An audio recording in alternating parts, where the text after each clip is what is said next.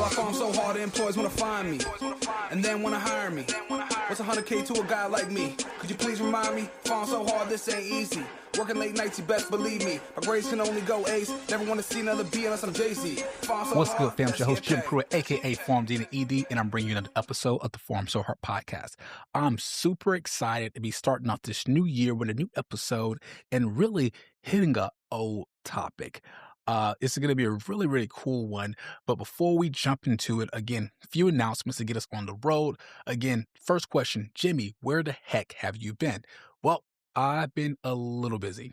One of the key things I've been doing has been president and the executive director of the Society of Emergency Medicine Pharmacists. That has been a huge undertaking, but one of the most satisfying things we've done in a while. And it's really been a great work getting all the individuals on the team, getting the committee set up, working with everyone, really being able to hear what those in the EM community wants, and really kind of taking what we've built from the ground up, really from the Pharmacy Pearls to the podcast to the Empower RX conference to the society. Has really been about what the listeners, what the people, what the members, what they want, and figuring out a way for us to kind of be for us and by us in that aspect as well. So been spending a lot of time doing that.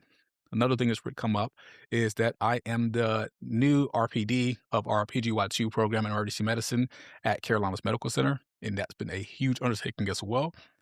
Shout out to my accreditors. That'll be here in a couple weeks of this recording. So that's been exciting, but a lot of new activities, a lot of things going on. Never thought I'd be in some of these positions, but it's been really exciting and really humbling, to be honest. So that's been what I've been doing while we haven't been recording as many episodes, because I've been trying to focus on how to really leverage all of this and give you guys what you need as far as my attention and what I have to do as part of my term for this year. So really excited about that. Again, for you guys that are ready for this upcoming year of our Empower RX conference, we're going to be having that April 10th to 11th in Orlando, Florida. That's home for me. So super excited to have a homecoming. We have Ruben Santiago as our keynote speaker. We have a ton of really cool things. We have some in-person workshops. So we're really trying to take the conference and listen to what the attendees have said over the years of how to make it better. And really that means making it to where we can go get your hands dirty, do a few cool things. I have a huge surprise that everyone's going to hear about once we do it. So it's going to be really exciting for you guys who haven't signed up yet. Definitely do. Early bird special is going to be done January 15th. So you guys should definitely check in for that. But let's transition to this episode. We have a really, really big one today. And it's going to be really exciting because it's going to be an old topic. It's going to be something that we've been chatting about for quite a while, guys. And I think it's something that you guys are really going to enjoy because it's going to be the RSI trial. Again, ketamine versus Etomidate in critically ill patients. It has really been challenging this 20-year idea. And before I even get started, again, these are some of my favorite drugs.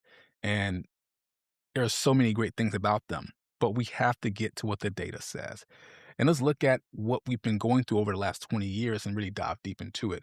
And we all know the dogma. You're in the trauma bay and you get a patient comes in, their pressure is super soft, maybe like 80s over 40s. The resident looks at you and say, hey, Jimmy, they're unstable, so let's use ketamine.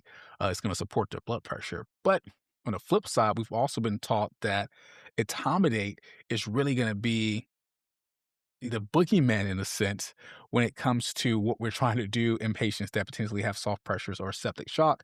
It could be a death sentence for them. So the rule has kind of been ketamine for shock and Etomidate for stability. But this RSI trial dropped recently in the New England Journal of Medicine, and it completely kind of shattered this paradigm for me, to be honest. And it really took all the different data and all the things we've been kind of teasing out and confounded this, confounded that, and just really kind of helped us understand. We're talking about 2,300 patients in a multi-center randomized controlled trial. The results, they suggest that we should use, the drug that's going to be the best for us at that time. However, that particular drug that I thought going into the study was not that drug. So today we're going to dive a little deeper into this, look into some of the background, and we're going to talk about really the hemodynamic paradox when it comes to figuring out what you need to do on your next shift and your next hypotensive patient when they come in. After you get done listening to this, you're going to know exactly what to do.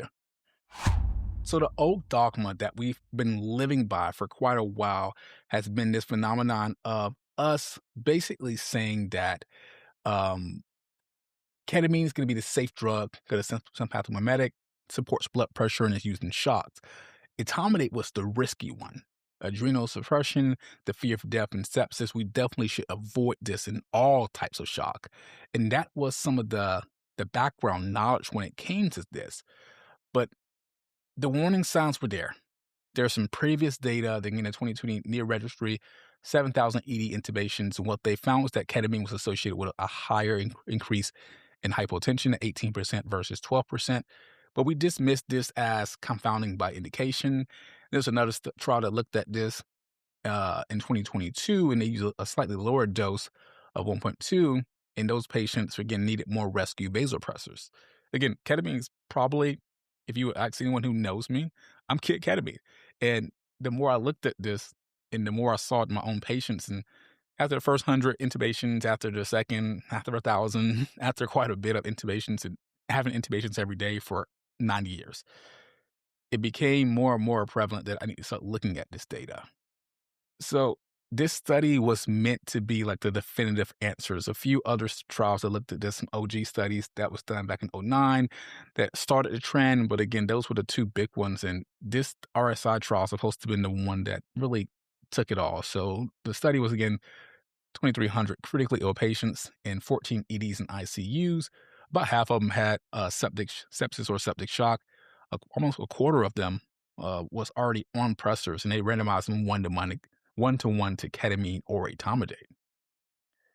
And the cool part was that these were actually real patients. These were real sick ones. So no elective surgeries. Again, half of them were sick. 1 in 5 are on pressors. These are the patients that we're seeing in the ED and ICU, the sick ones, the ones that we can actually look at the data and say, I can extrapolate this to my patient. So what do they find? Let's just jump right into it. Does etomidate kill people? Is it really the worst drug in the world? And from this, just like almost anything else that looks at 28-day mortality in ED and ICU patients, they didn't find a big difference. Again, 20% in ketamine, 29% in etomidate. Again, p-value is 0.65. No difference. So the adrenal suppression fear, we can probably put that to bed with the primary outcome. The second question that I have coming into this one is, okay, well, if the adrenal suppression doesn't kill you, let's kind of dial it back here and see what can I find in the secondary outcomes when it comes to cardiovascular collapse. And this is what we found.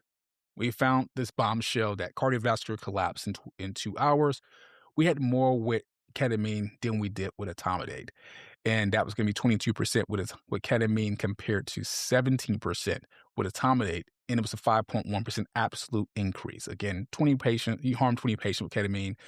Again, that's going to be one extra collapse. Again, you can play around with the data and the words, but again, realistically, it starts to get challenging when you look at that. And what I wanted to do is dive a little deeper into this. Pull up the actual chart so we can start to lay our odds on a few outcomes, because I believe that's where it becomes really intriguing when we start looking at some of this. Now, when you look over, of course, we have our primary outcome here. We saw this initial component, and what we was able to see, again, is that same thing. But when we looked over, and the first thing I wanted to see was, this was a composite endpoint. Again, cardiovascular collapse in that first 2 hours. Doing induction 2 minutes after, what we was able to find was that the recipient of new or increased vasopressors was the driver. That was the statistically significant component of this, with 21% compared to 15.9. Systolic blood pressure less than 65 was not a huge thing at 6.4% compared to 5.5. And that made me pause for a second, and about the same thing when it came to cardiac arrest. So again, not more cardiac arrest, but something caused them to either start or increase a vasopressor. I'm going to be honest, guys. Again, in practice, when I'm dealing with ketamine, that's probably something I would do at baseline in some of these patients. So I think that for me, if I'm nervous and I have a patient that's sick, I'm going to go ahead and start them on a vasopressor. And if I do it correctly, and we're doing our whole resuscitate before intubate phenomenon, then from there, I wouldn't necessarily have to increase it if I'm looking at it from drug to drug. And I had some people say, hey, well, Jimmy, obviously it wasn't that bad if those patients didn't get super, super hypotensive. And that number that they want to classify was looking at the secondary outcome of 65. But then we start looking around a little bit more. We did have a decrease in the systolic blood pressure less than 80, which I would argue is pretty important as well. But you have to do a little digging to find something else that I thought was really intriguing. I'm going to stroll up here because I highlighted it. When they looked at the decrease in systolic blood pressure of more than 30 millimeters of mercury during this time frame, 24% in the ketamine group compared to about 15% in the Etomidate group, and that's a 9.2% difference between the two that was statistically significant, had a huge drop. In my head, that says that people tanked in that group. Again, about 1 in 4 of them tanked. And that was something that really made me consider things. Because if you have a patient that drops more than 30 points in the systolic, that's a bit challenging, and that can be really dangerous for us. And I know some providers who will completely shy away from ever using propofol in some of these hypertensive status epilepticus patients, or in some of these other patients that, again, we may do it, but they would shy away from it solely due to some of the prior studies looking at a decrease in systolic blood pressure by 20%. This is right in the same realm, in a sense, which is wild to me to even say that there's a study, again, not the same exact patient population, but there's a study that looks at using propofol for induction, and it drops blood pressure about 20%. This study, well done, well organized, drops blood pressure by 30 points and 24% of their patients. Wild. And there's no way to really go about that, guys. You have to ask yourself that, hey, is there something I have to look at in these patients, and I have to stop the same dogma over and over and over again when it comes to the use of ketamine in these sicker patients? So something to definitely be intrigued with. And then when we looked at these patients in septic shock, I was expecting to kind of see this thing kind of equal out a little bit, but that didn't happen. Again, these patients were even worse in the ketamine group in septic shock patients as well. Again, nearly 10% difference. So again, it dropped the blood pressure, guys. We can play around with this any way we want to, but it dropped the blood pressure. And it really brings me to this ketamine paradox. Like, how can it be a sympathomimetic and cause more hypotension? And ketamine, to me, in the way I think of it, and we can get really nerdy here with some of the animal studies and go back into it, but ketamine is doing really, to me, two different things at one time. You have this dual kind of nature of it, where you have this indirect sympathomimetic stimulation. Really, the way I think of it is I squeeze the adrenal gland. Again, I can make sure I can kick up some norepinephrine. So in my head, I'm basically giving a lot more of that. I'm basically giving like endogenous, norepinephrine. And remember, these are blocking the reuptake of it. You can increase your catecholamine circulating around. Of course, that's going to block the blood pressure. It's going to raise the blood pressure. But then there's another component that, again, some people are arguing about, and some data's out there, and we can look at this, is that you also have this negative inotropy that can happen with all of ketamine's, 12 to 13 mechanism of action. Again, there is some phenomenon that maybe it can have some calcium channel blockade. And the way that I think of this, if I'm going to talk to a resident, I'm going to talk to a nurse, I can say that maybe I'm giving, the way I think of it is, if I give a push dose of epinephrine of maybe 10 micrograms, but I'm also giving 0.5 of DILT. If I'm giving that big dose of the push dose epi, 9.9 times out of 10 is going to overcome that. And that's going to be in my patients that are not catecholamine depleted. And you're never really going to see the impact of that 0.5 milligrams of DILT. So that happens. But what happens when I wipe away that and I have a patient that doesn't have that amount of epinephrine in the system? I don't give a push dose, and I just give that 0.5 and they're already sick. In a subset of patients, they can become hypotensive. And that's the way I like to think of it. I want to make sure that all patients that are sick either have their own catecholamines. Again, these are people who are not shot, that lost a ton of blood on the scene. That I always say, is there epi on the floor? Or these are Mima, who's been in a nursing home that's been septic for 3 days, that come in super dry, super altered. These are the people who I'm like, hey, their catecholamines are again, not where they need to be. These are the ones I'm really worried about.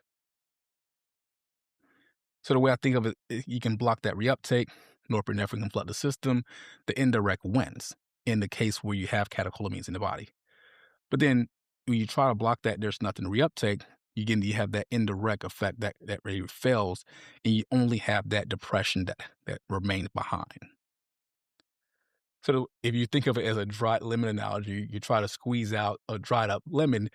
Ketamine squeezes hard, but nothing comes out. You just really crush the lemon. So you kind of get yourself in a bad position when it comes to that. And we've been talking about these drugs, and I'm going to have some people send some hate mail. I'm okay with that. And they're going to say, Jimmy, if this is the case, if ketamine's so bad, why did we miss the signal?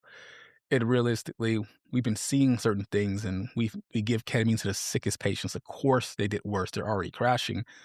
But again, if we have a group of sick patients on both sides, and you say that etomidate is the devil, and it can kill people that's super sick.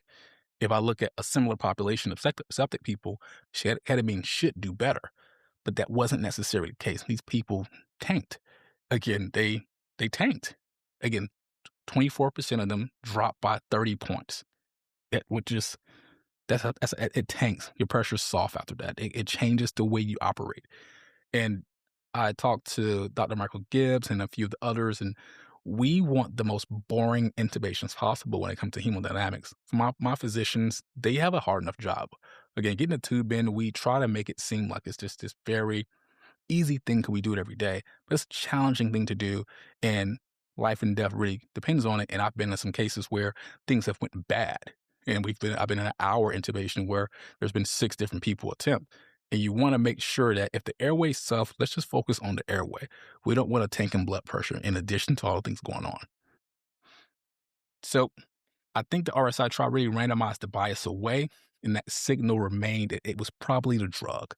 And we just have to account for this in our thought process. When the pharmacist and the team and the nursing staff, when we're doing your 7Ps and preparing, I'm preparing for what can make this patient tank. And I'm slowly but surely introducing the idea of, if we're going to do something like ketamine, let's prepare for the patient to tank. Let's prepare for all these components. Let's not think immediately that every patient's going to just spike up their blood pressure. The other question that came with this is that, did they use too big of a dose? The standard dosing of this can be 1 to 2. 1.5 is the traditional thing, and they got about 140 of ketamine. We're close to 0.3 mg per kg of Etomidate. And there are some people that want to use the lower end of the dose, and I just don't know. Again, if you're in shock, your volume distribution kind of contracts. The same dose can get a higher peak, and you have a relative overdose in the shock physiology, and it really hits the heart like a truck in a sense. What I don't want to do is sit up here and promote or pretend to promote this concept of low dose sedation and high dose paralytic. I'm not saying that. That's not something I'm promoting, but I think that when we look at our drugs, we have to really optimize for that, because I've seen people say, oh, let's give them 25 of ketamine and 200 rock. That's not what we're getting at here. There may exist a sweet spot of using just 1 mg per kg, or, kind of getting to that other side to where we can really start to get a better sense of not maybe going all the way to the 2 or going to 1.5. Maybe that 1 may be a better spot for us. But the counterpoint of all of that as well is that etomidate standard dosing handled the physiology just fine. So is it really just a drug? And we know that Matson and colleagues looked at this, again, found that 36.5% hypotension went full dose. And they looked at that greater than 1.25. Again, the dosing does matter, but standard dosing failed. Again, lower doses may be safer, but again, I will continuously repeat, we don't have strong data for that, and we can start getting into statistical gymnastics when it comes to the studies that looked at this. So for me, I'm to the point now where I want things to be boring.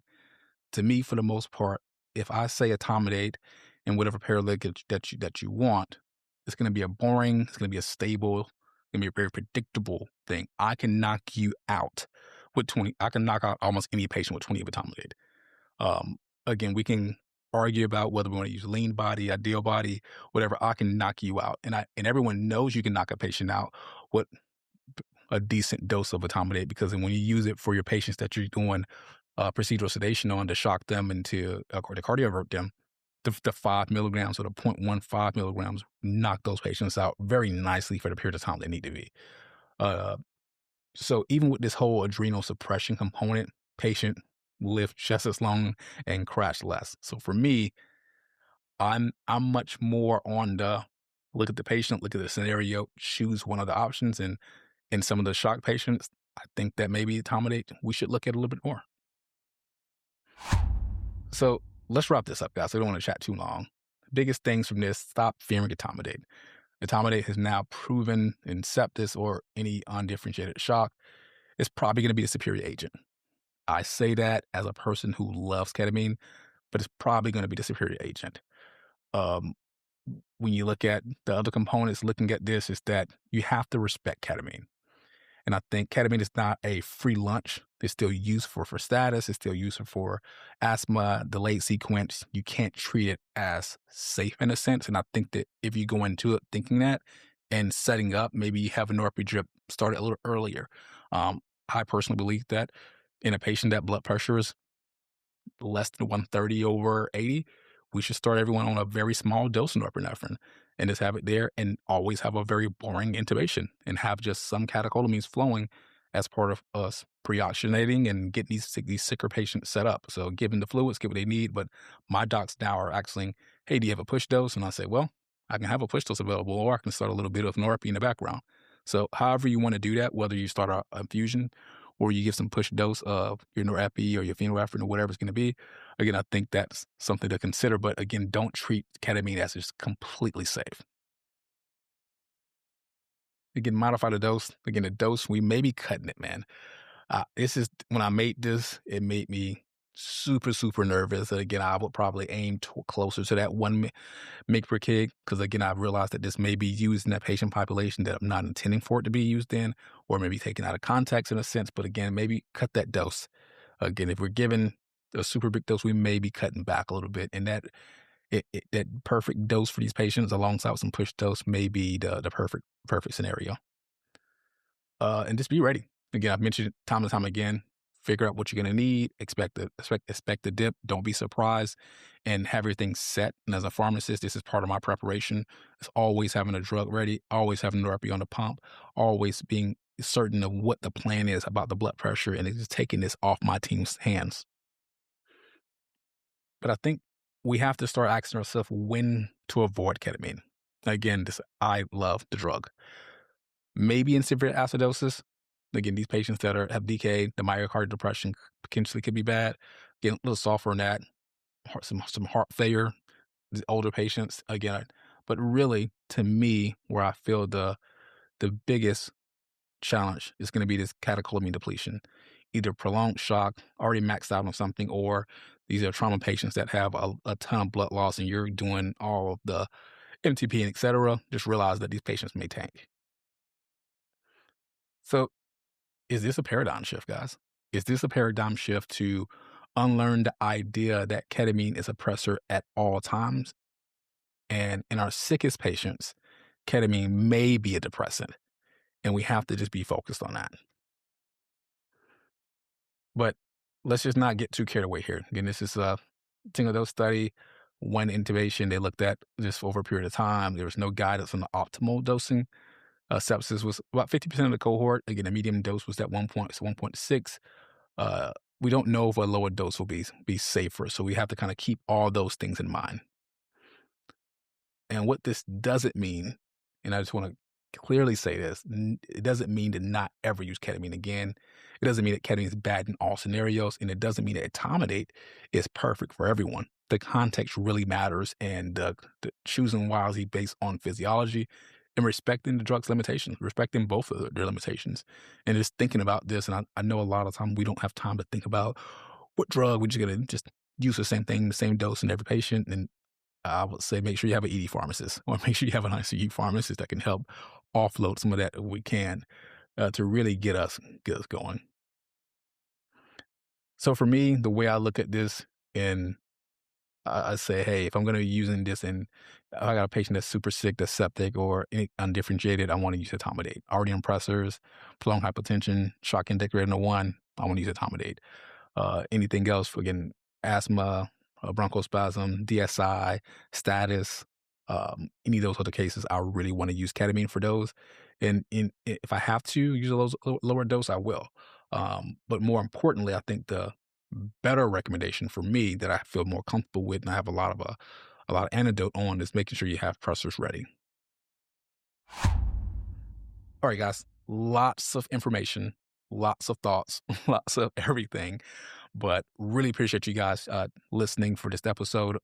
And just really overall, we've been doing Pharm So Hard going on 6 years now, and we're over 120 episodes, and we've really, as a community, and I don't think of the podcast as a myself, but I think of it as a community, what we've been able to do over the years is really expand our thought, our influence to from what it was to just doing a few episodes here to me being too busy to do episodes every single few weeks because of all the other things that we've been able to grow our society, grow our influence all over the world. So really excited about that. Again, if you guys want to learn more about the conference, again, it's going to be in Orlando, Florida this year, April 10th and 11th. We have a virtual day. That's that following Monday. That's going to be at empowerrx/conference.com. Again, we're going to be breaking down studies like this. Ton of a community. The coolest thing ever is that, again, it's such a relaxed environment. We're going to have a huge party. It's going to be exciting to kind of be there and network and do great things. This year, we're making sure we're putting on for the residents that the residents abstract we actually published in the Journal of Acute Care Pharmacotherapy. Let me pull that forward for you guys so you can see. You get to see this in live in effect again. And we're super excited to have the Journal of Acute Care Pharmacotherapy as our own of the SCMP's official journal. So super excited about that. The residents will be posted in here. We've had most recently had our first volume come out December 1st. It was really, really cool to do all that. Shout out to Brian Gilbert, our editor-in-chief. Shout out to Christopher Edwards, our deputy editor, for all of the hard work that they did to get that journal up and going. All of our advisory boards, again, Judah Jacoby, Brian Erstad, and Frank Polishek, again, Carlton Maxwell, all the individuals who's really been helpful in guiding us. Because again, you don't just start a journal. You don't just start a society. You have people help you move forward. And I think I've been super fortunate to meet some of the brightest minds, but more importantly, some of the people who really want to help out, and super excited for all the things that we're going to be doing. And it's been truly a blessing, guys. So starting off 2026 with a bang, and I'm just overjoyed with everything that we're doing in the society, the conference, and it's going to be a really, really cool event for you guys to come to in Orlando. But guys, as I end every single episode, you don't have to be a pharmacist, you're not working at ED, but everything you do, make sure you farm so hard. Ozzy scratches his head.